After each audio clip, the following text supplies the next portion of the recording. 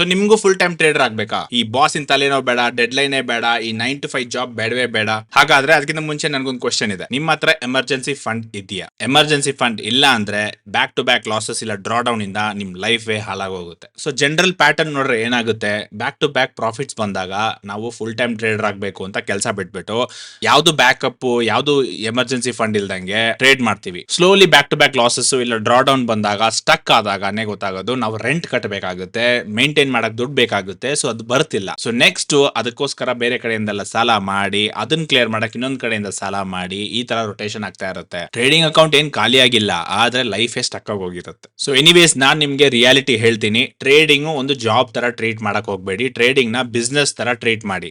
ಒಂದು successful business ನ ನೋಡ್ರೆ ನಿಮ್ಗೆ ಅದರಲ್ಲಿ ಬ್ಯಾಕಪ್ ಕ್ಯಾಪಿಟಲ್ ಇರ್ಬೋದು, ಇಲ್ಲಾಂದ್ರೆ ಅವ್ರಿಗೆ ಕ್ಯಾಶ್ ಫ್ಲೋಸು, ಇಲ್ಲಾಂದ್ರೆ ಅವ್ರಿಗೆ ಬೇರೆ ಬೇರೆ ಖರ್ಚಿಗೋಸ್ಕರ ಆಲ್ರೆಡಿ ದುಡ್ಡನ್ನ ರೆಡಿ ಮಾಡಿ ಇಟ್ಕೊಂಡಿರ್ತಾರೆ. ಯಾಕಂದ್ರೆ ಬಿಸ್ನೆಸ್ ಸ್ಟಾರ್ಟ್ ಮಾಡಿದಾಗಲೇ ಫಸ್ಟ್ ಮಂತ್ ಇಂದಾನೆ ಪ್ರಾಫಿಟ್ ಸಿಗುತ್ತೆ ಅಂತ ಗ್ಯಾರಂಟಿ ಇರಲ್ಲ.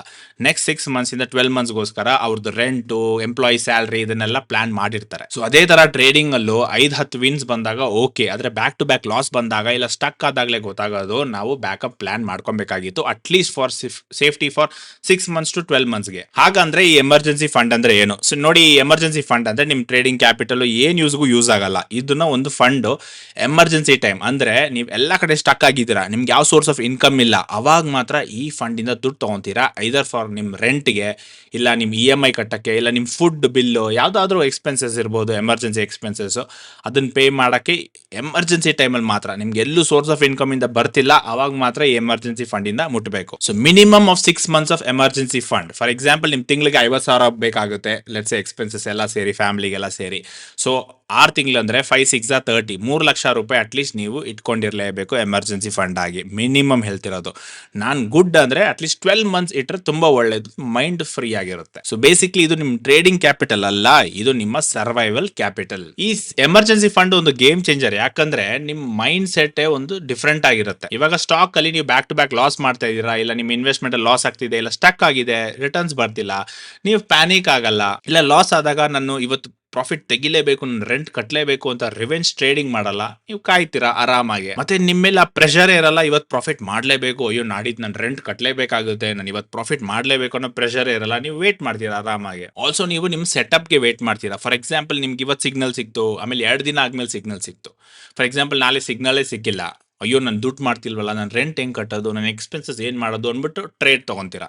ಸೊ ಅದು ಮಿಸ್ಟೇಕ್ ಆಗುತ್ತೆ ಅಲ್ವಾ? ಸೊ ನೀವು ಟ್ರೇಡಿಂಗ್ ಸೆಟಪ್ನ ಫಾಲೋ ಮಾಡಲೇಬೇಕಾಗುತ್ತೆ. ಸೊ ಎಮರ್ಜೆನ್ಸಿ ಫಂಡ್ ಇದ್ದಾಗ ನೀವು ಇದ್ರ ಬಗ್ಗೆ ಎಲ್ಲ ಯೋಚನೆ ಮಾಡಲ್ಲ, ನೀವು ಆರಾಮಾಗಿ ನಿಮ್ಮ ಸೆಟಪ್ಗೋಸ್ಕರ ವೇಟ್ ಮಾಡ್ತಿರ್ತೀರಾ. ಸೊ ಇದೇ ಥರ ಪ್ರೊಫೆಷನಲ್ ಟ್ರೇಡರ್ಸ್ ಇಲ್ಲ ಎಕ್ಸ್ಪೀರಿಯನ್ಸ್ ಟ್ರೇಡರು ಬ್ಯಾಕಪ್ ಕ್ರಿಯೇಟ್ ಮಾಡಿರ್ತಾರೆ. ಆಲ್ಸೋ ಅವ್ರಿಗೆ ಅದರ್ ಸೋರ್ಸಸ್ ಆಫ್ ಇನ್ಕಮ್ ಇರುತ್ತೆ.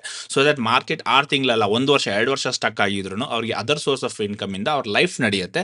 ಸೊ ದಟ್ ಅವ್ರು ಪ್ಯಾನಿಕ್ ಆಗಿ ಎಕ್ಸಿಟ್ ಮಾಡಲ್ಲ, ಅವ್ರ ಸ್ಟ್ರಾಟಜಿನ ಅವ್ರು ಫಾಲೋ ಮಾಡ್ಕೊಂಡು ಹೋಗ್ತಾ ಇರ್ತಾರೆ. ನನ್ನ ಪರ್ಸನಲ್ ಒಪಿನಿಯನ್ ಕೇಳಿದ್ರೆ, ನಾನು 2018 ನನ್ನ ಕೆಲಸ ಬಿಟ್ಟೆ, ಆಲ್ಮೋಸ್ಟ್ 5.5 ವರ್ಷ ಕೆಲಸ ಮಾಡಿಬಿಟ್ಟು ಅಲ್ಲಿಂದ ನನಗೆ ಅನ್ಸುತ್ತು I will become a full time trader ಸೈಡಿಂದ ಹೋಗ್ಬಿಡೋಣ, ಯೂಟ್ಯೂಬರ್ ಆಗೋಣ ಅಂದ್ಬಿಟ್ಟು ನಾನು ಕೆಲಸ ಬಿಟ್ಬಿಟ್ಟು ನಾನು ಫುಲ್ ಟೈಮ್ ಟ್ರೇಡಿಂಗ್ 2018 ಕ್ವಿಟ್ ಮಾಡಿದೆ. ಆಲ್ಮೋಸ್ಟ್ 2025 ಇದ್ದೀವಿ.